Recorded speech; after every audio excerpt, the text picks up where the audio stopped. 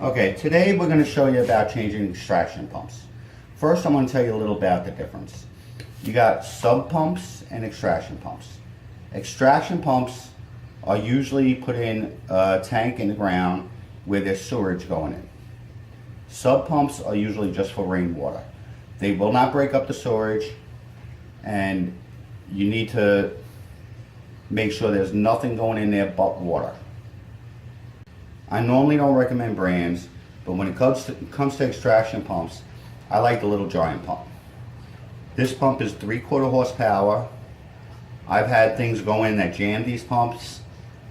They try running, and days later I can unjam it and they still work beautiful. Whereas another brand, a cheaper model, would have been dead. I would have had to buy a new pump. Alright, so now I have Mike with me. He's going to help me show you how to change the pumps. One note I do want to make is not all pumps come with a float switch. This pump particular did not, so we're going to have to add a float switch on. Make sure whatever you put in has a float switch. What this does is as this floats up, there's a little switch inside that'll tell it, hey pump, come on. Pump's going to come on, pump everything out, and as the water level goes down, the switch moves. Pump's going to shut off. You're all set. A lot of times with sub pumps and extraction pumps, you got what you call no-hub fittings. They make your life a lot simpler. A couple of screws here, the fitting comes loose, and you can change everything. Fairly simple. One of the things you got to make sure is no water's being ran, because any water coming down here, once you separate it, you're going to be wearing. So be aware. Make sure no one in the house is running water. Just to show you a little about the no-hub fittings, I'm using a nut driver. There's different style nut drivers. There's also a screwdriver slot that you can use. They're very simple. It's like a regular hose clamp. Let me change the size on that. And all you do is loosen it up.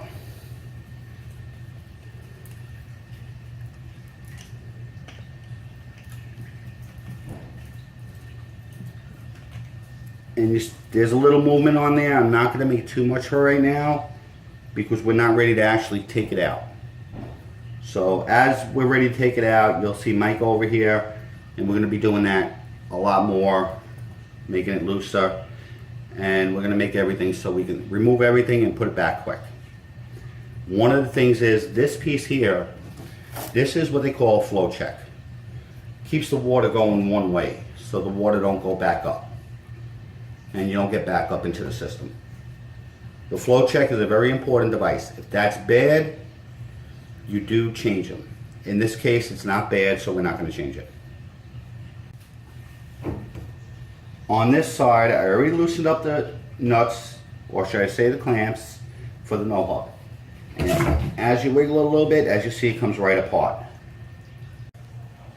Just to show you, to be safe, I don't know what I'm going to run into when I finish taking this out. So I'm making sure that I picked up a couple of extra fittings, so I got some things on hand. Just in case something don't line up, we got to move something a little bit. You know, we're prepared to take care of it. Yeah, I shoved Mike back in the corner here. He could deal with that. Anyway, I'm going to separate it here. Mike's got the muscle, so he's going to lift this out for me. Understand, you are working with sewage with a extraction pump, so you may want to wear gloves. We do this all the time, so we're used to having to scrub our hands and do everything afterwards. Doesn't sound pleasing, but you know, it's a living. All right, Mike, get ready. I have these already started to loosen. Oh, there goes my phone. They'll have to wait a minute. I can't stop in this.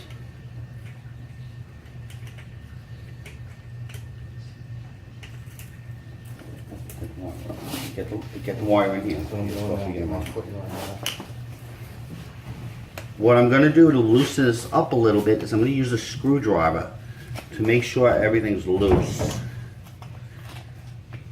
I'm not digging into the no-hub. I'm just moving around it. Then I'm going to wiggle it to adjust it to bring it down as much as possible so that I can separate the sewer line. See if you can lift up on that, That's Mike. what I'm doing. Beautiful. Okay, so we got the sewer line out. I'm gonna hold that out of the way while Mike lifts the pump out.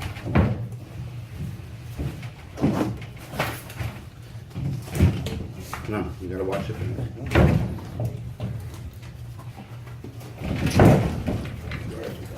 I'm gonna help guide the disc a little.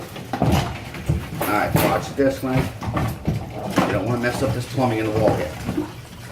There you go. Beautiful. Okay, we got the pump out. We're ready to rock and roll here. Okay, in this case, we prepared as much as we could, but this happens sometimes. There is a fitting that we're gonna need that we weren't prepared for. So we're gonna have to make a quick run. We're gonna pick up the fitting we need and we're gonna come back and show you how to put it together. So in our case on the pump, we're dealing with an issue where the size of the fitting from the old pump and the size of the fitting for the new pump is not the same. We're dropping the discharge on the pump down to a 2-inch discharge. So we're going to have to use an adapter. We're going to use a reducing no hub. And we're going to run a little piece of 2-inch pipe in there to make the connection so we can drop it down. We're dealing with another issue here. When this pump went on us, it caused a short, which also did a brown mark on the outlet.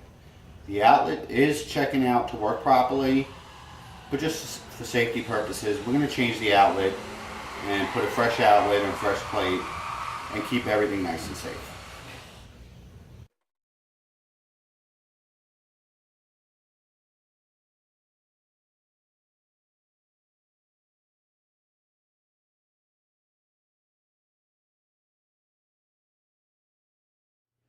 We already checked to make sure the electric is off, but always check, make sure your electric is off when you're working on electric. Live electric can be very dangerous, especially working near water.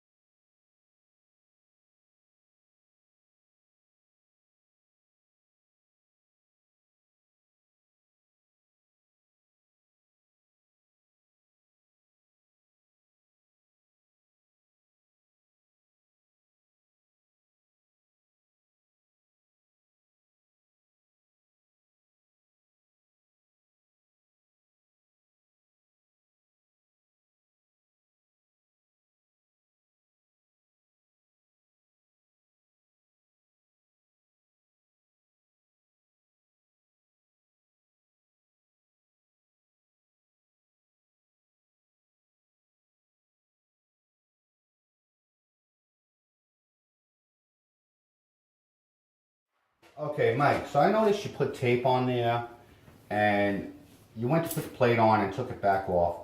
First explain to me what you did with the tape. Well, the tape is there to make sure that you know, it doesn't short anything out inside the box. And for the next person that comes behind you and works, you know. Okay. Now, why did you put the outlet plate cover on and take it off? Well, this thing is sunk inside a little too much. If you put all the screws all the way in, you know, it becomes a problem. You can't get the plate cover on. So you loosen up both screws. It comes out a little bit. It works out for everybody. Nice and fresh. Beautiful. All right. I think we got an outlet. We're ready to start testing the pump. Let's plug them in and see what happens. You ready? Okay, so we put everything back together just exactly how it came out with the exception of that one fitting. Now's for the moment of truth. We're going to give it a shot, see that everything works the way it's supposed to. Yes, that new pump came on with a vengeance. We did good. Now, whoops, there we heard the end where it sucked to the bottom. Now we come to the fun part. I want to make sure when I walk away this is going to go on and off. So this is where I was telling you, I'm going to stick my hand in there, get it dirty, and if I can find it, There we go, I got the float. I just lifted it up, went on. Put it down and went off.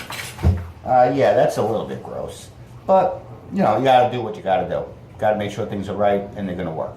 And it's worth getting a little dirty, you know what, I can clean up, but I'd rather not have to mop up sewage from the floor.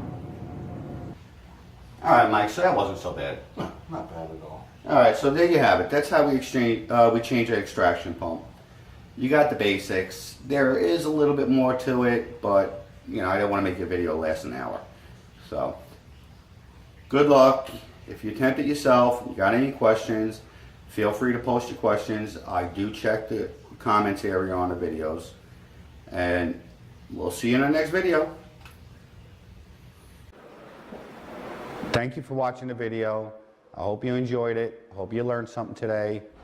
Remember, we will be uploading a new video every other week. We will be advancing on what we learned today, and we will take on new projects. Once again, thank you for joining us.